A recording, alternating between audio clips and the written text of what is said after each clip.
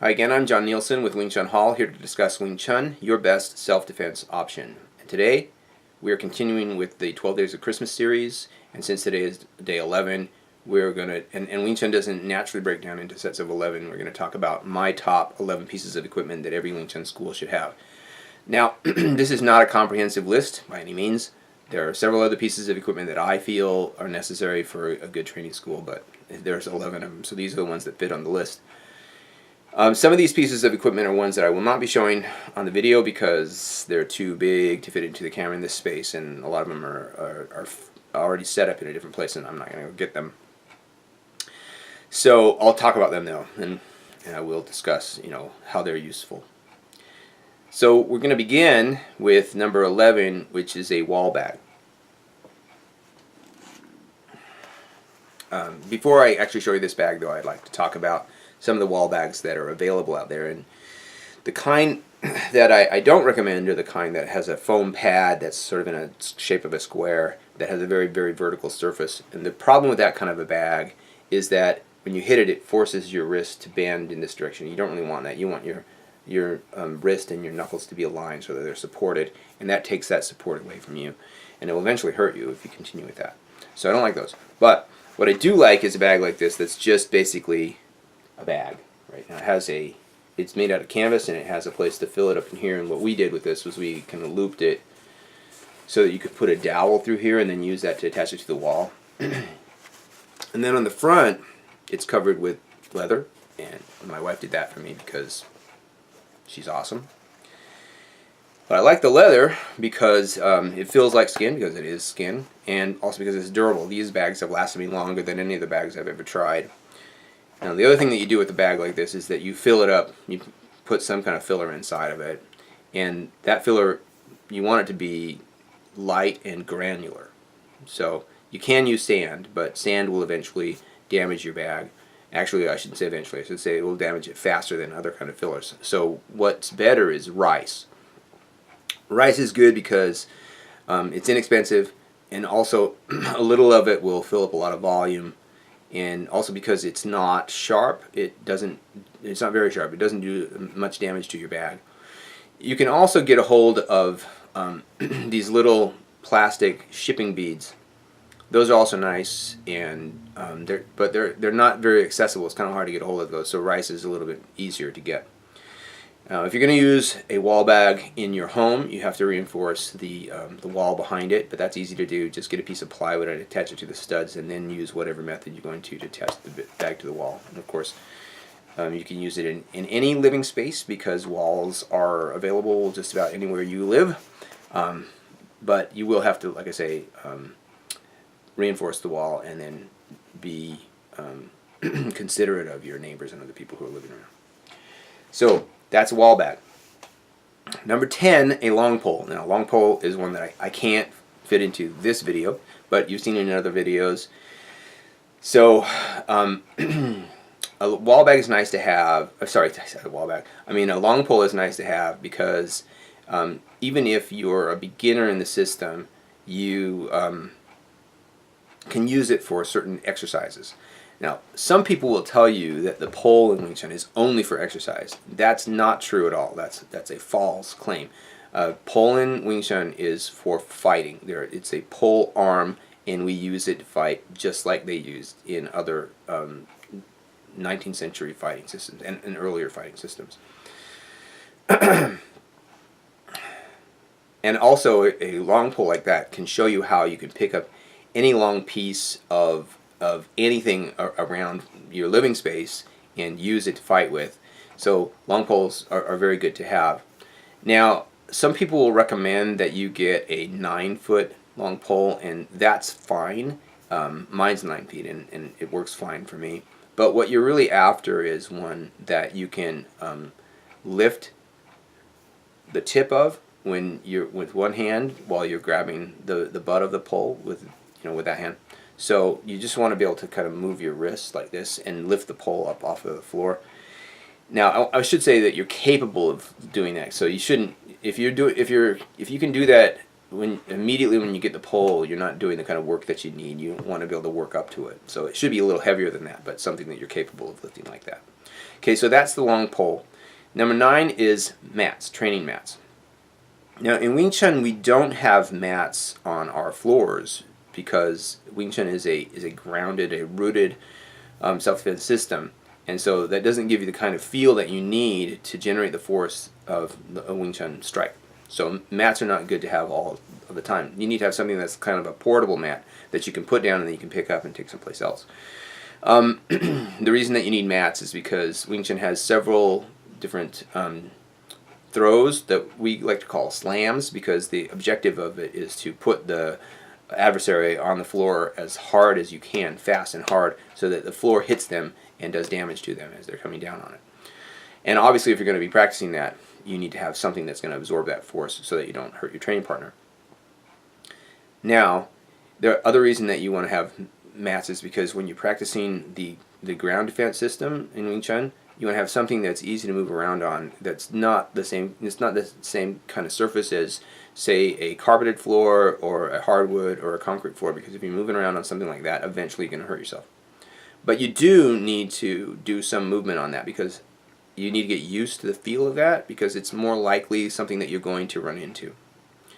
So there you go, training mats, need to have them. That's number 9. So number 8, we're moving to, is the kicking shield. Again, you want to have something that you can deliver force into, and it's not going to hurt your training partner.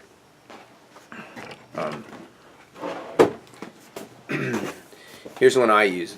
I like this one because it's very thick, and so it can absorb a lot of force. And there are more things that you can use, like a lot of times you put on some sort of training gear. That's what people do, and I have some of that too, and I like it. But usually it's not as thick as, say, a pad like this, and so you're a little bit reluctant to deliver as much force as you can. So a pad like this is good. This one's nice. It's kind of in a rectangular shape, but it's also got a curve in the surface here, so it directs your force. It doesn't have to be that way, though. I've seen some other ones that are really, that are rounded, they're oval in shape, and they also absorb the force really well. This one is, again, it's good because there's a lot of cush in it, and I have seen some that are harder, but that actually delivers the kind of force that we use in Wing Chun. So when you hit somebody with it, it feels like you didn't have a pad in there at all. So I don't like those. I like this kind of a little bit better. But if you have some that you'd like to recommend, go ahead and say it in the comments. I'd like to hear what you recommend. Okay, that's the kicking shield. Now, number 7 are focus mitts. Here's mine. My wife just got these for me because she's awesome. But I like this kind. This is leather, and they're mine because I like to put my hands into places where other people have put their sweaty hands. So you should have your own set of focus mitts. But of course, any school should have focus mitts because you need to have some kind of object for your students to strike that moves around and can give a level of predictability and unpredictability. These ones are nice because they have 2 different ways of putting them on. There are 2 places in the back. One of them is really secure, so you can put your hand in here and then you can strap it down. And the other one is easier access. And it's good if you're coaching because you can put it on really quickly and then move around and show a student something and then take your hands off and then use your hands in different ways. So these are good. Focus mitts, very, very important. And then number 6, a heavy bag. A heavy bag is also good because, again, you have to have something that you can strike with force, and a heavy bag's not going to cry when you do it. Although we have destroyed several heavy bags because in Wing Chun we like to strike with our bare hands on the bag, and that tends to rip the bags up. So bags aren't really designed for that. They're usually designed to be hit with gloves, like in boxing and MMA gyms. And so, like, we rip them up. But my current bag is a bag by Outslayer. And if you're going to get an Outslayer bag, I recommend number 202 or number 203 because that gives you the different angles that you can use to use several different strikes from the Wing Chun system in. And currently, when I'm making this video, the price is between $120 and $250. That's because if you get if you get it empty, it's $120. But if you ask them to fill it for you, they charge you another $130 to do that. And filling it yourself is kind of a pain, so you might want to spend the extra. But the nice thing about that is that it's comparable to other bags that are being sold at this time that they don't have near the quality. So it's good. And the other reason why it's good is because it has a 10-year warranty, and you know, I wouldn't be surprised if we destroy this bag too, but it's got a warranty, so that's nice. So heavy bag, got to have something that you can hit and hit hard, and that won't cry if you hit it hard. Okay, so then number 5, some sort of practice blade. Now, Botsundo are nice. The metal Botsundo are nice, particularly if you're just going to do form work with them, because they feel like, you know, they have a heft of a sword in your hand, or not necessarily. Well, they feel kind of like a sword feels, but they're not so good because they're too easy to hurt your training partner with. So you can get these practice Botsundo. These are good. They're shaped just like your Botsundo. And I did a video on this before, and we've used them to spar with, and they work really, really well. The only problem with them is that they're not long enough to do everything that's available to you in the form. So you'll want to get something that's longer than that if you're going to do the complete system, and you really need to do the complete system, because if you're not fencing with Wing Chun, then you don't understand it. But recently, my wife got me this Waka Sashi from Cold Steel because she's awesome. And I've been working with it, and it feels really, really good. It's got the kind of heft that a sword has, and it's got the length too, so it may actually end up being better than the Shinai that we've been using to spar with. Now that I've had it for a while and I've just kind of, you know, played with it a bit, I would like to get 3 more of them, because that way we can actually spar with them. But they're kind of expensive on Cold Steel. However, Lynn Thompson has a special projects website, so it's Lynn Thompson's special projects, and if you can go to that website, you can get them for a lot less. So, you know, try that out. And again, you should be sparring. Now, speaking of practice swords, Wing Chun is a oh, whoops. If you're going to be practicing with those, then you need to have safe training equipment. So, recommend that you get at least a fencing mask.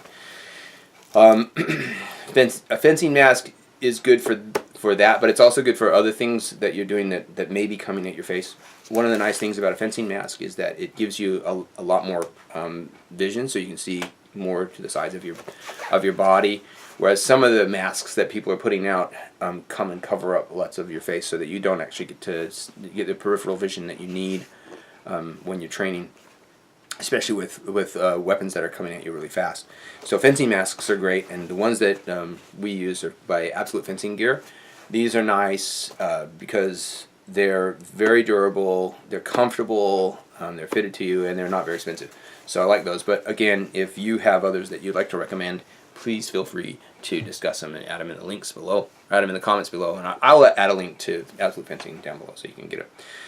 Okay, and then the other training equipment that you should have that goes along with a fencing mask is like some sort of pads, shoulder pads, elbow pads, you know, like thigh pads. And so what we like to use is lacrosse gear, but that's not the only thing that's out there. And again, you know, if you have any ideas, go ahead and tell us.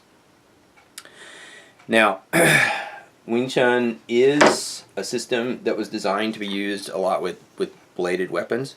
And so you should get some shorter and some longer bladed weapons too that you can work with. I recommend like these practice knives, again from Cold Steel. So I'm not getting endorsements from Cold Steel, by the way, but if they want to, I will. But anyway, I used some of the rubber knives before because that was all that was available. And those things didn't last very long, A, and then B, they weren't so good to actually practice knife fighting with, because like they were too flexible, and so they would bend, and they wouldn't defend like a real rigid blade would. Now, these do have some give in them, kind of like a steel blade might. So these are better for that. The other thing that was a problem with those little blades is that you'd hit somebody with them and they wouldn't recognize that you did. But you can feel this. But again, you should be wearing some protective gear if you're going to be working with any kind of blade like this. Cold Steel makes push daggers, which are great, but they don't make training versions of that. So I got this one from TAC. I don't know if you can see that. I'll try to get that up there so you can see it. But these are good. I recommend that you get them because you should be practicing with something that you might actually carry and you might actually use. So push daggers are great, and they also work very, very well with a lot of Wing Chun hand motions. Okay, so they're good. Then that is number 3. So now we're moving on to number 2, which is training guns. So again, Wing Chun is a complete self-defense system, and it is easily incorporated into your firearms training. So if you understand what you're doing with Wing Chun, you can certainly use it when you're training with pistols or rifles.